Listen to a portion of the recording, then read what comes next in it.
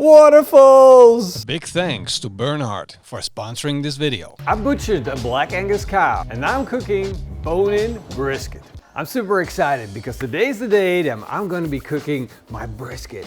It's been in my dry aging cabinet for a long time now, so let's go and check it out. A couple of months ago I butchered a black Angus cow, well, half side of it, and it was an exciting process to do, but I ended up with a big piece of brisket and all I could think is, oh my, let's dry age it.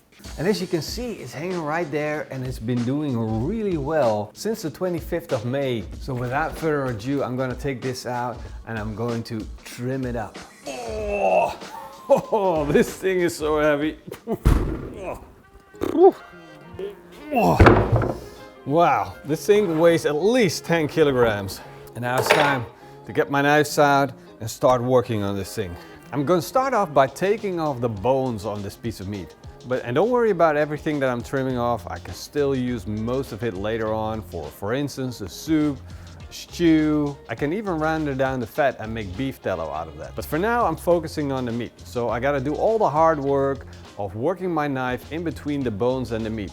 And I gotta be careful not to ruin that piece of meat because I still want it to look good as a proper brisket. Once I got the bones off, it's time to start shaving this piece up. I'm gonna cut off some edges, I'm gonna clean it up on all sides, and then I'm gonna trim all of that fat off so the meat is actually exposed.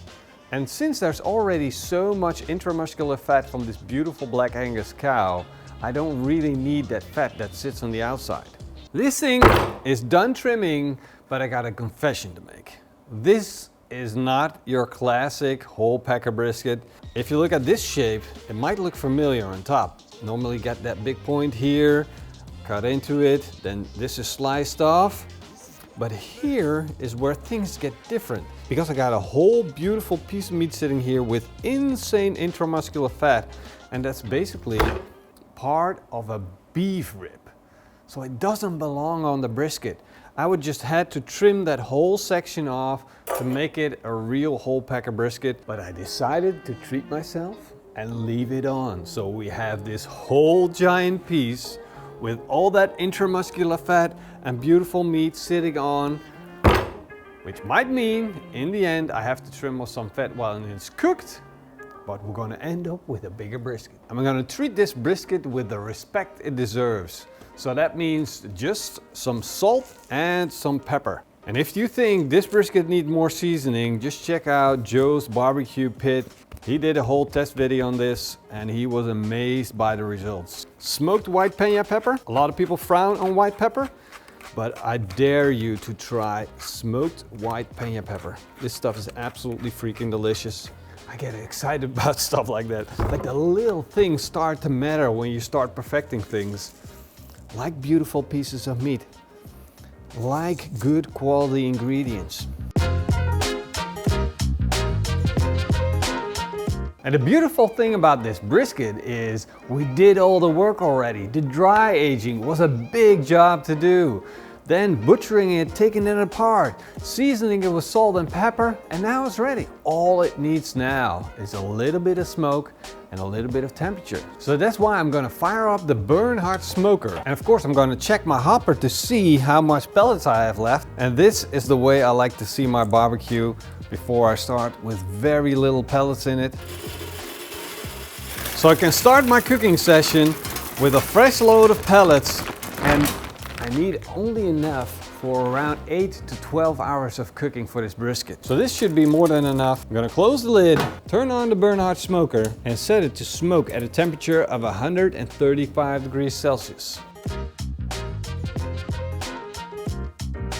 So now it's time to get the brisket on. I'm gonna take that beautiful piece of meat, which is literally a work of art. We could make an NFT out of this. I bet you this would be worth millions. Look at this beautiful thing. Absolutely gorgeous. It's like it's made for this barbecue, the perfect size. Of course, I'm gonna stick in a thermometer.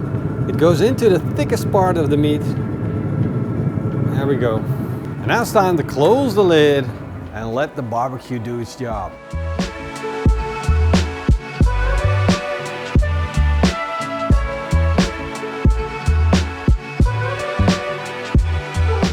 My brisket has been smoking for 3.5 hours and it's not the biggest brisket in the world, so that means I want to check it out and see how it looks. And oh my, look at that beautiful color that we built up. Beautiful mahogany red, golden brown fat in the middle. This thing is starting to look absolutely freaking amazing. Now I don't need any more smoke color on this brisket. It looks absolutely delicious. It has enough flavor. Now I want it to cook. And since we're already 3.5 hours in, it's thin. I'm expecting another 3 hours or so and it will be done. How do I get it extra tasty? By wrapping it up right now. So I got a couple of sheets of butcher's paper. Place it in. Wrap it up in the first layer. And pack it as tight as I can. Rotate it 90 degrees. Wrap the sides. Pack it again. There we go. Oh, yo, yo. Now that is one well-wrapped brisket and it's going back in the smoker.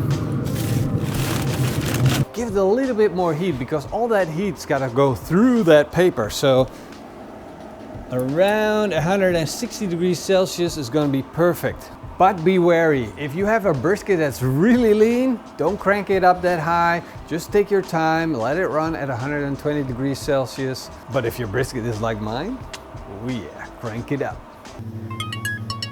I just got the notification that my brisket is done, 92 degrees Celsius. And that means I gotta take it off and I gotta let it rest. So, let it rest. Come on. But the most annoying part too, I just wanna eat that thing. After 20 minutes of mating, we didn't mate the brisket. After 20 minutes of waiting, it's time to unwrap the brisket. Ooh, careful, still super hot. Oh, yo. Whoa. Look at that. Wow. This is so cool. This is so hot. Look at that jiggling. Jiggle, jiggle. Jiggle, jiggle.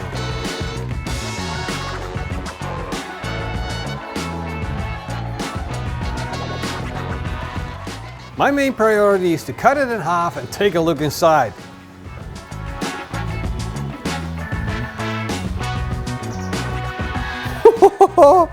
Waterfalls! Whoa! Don't go chasing waterfalls. Or better, just do it. Brisket, smoke ring, waterfalls. Insane, delicious, juicy food. Look at that. Wiggle, wiggle, drizzle, drizzle. That's juicy.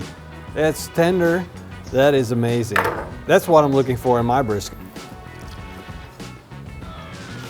A little bit of salt, pepper, a little bit of smoke. Of course, and the proof is really in eating that beautiful piece of meat.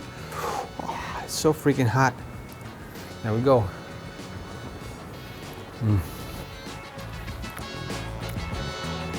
That's it. Salt, pepper, brisket, smoke.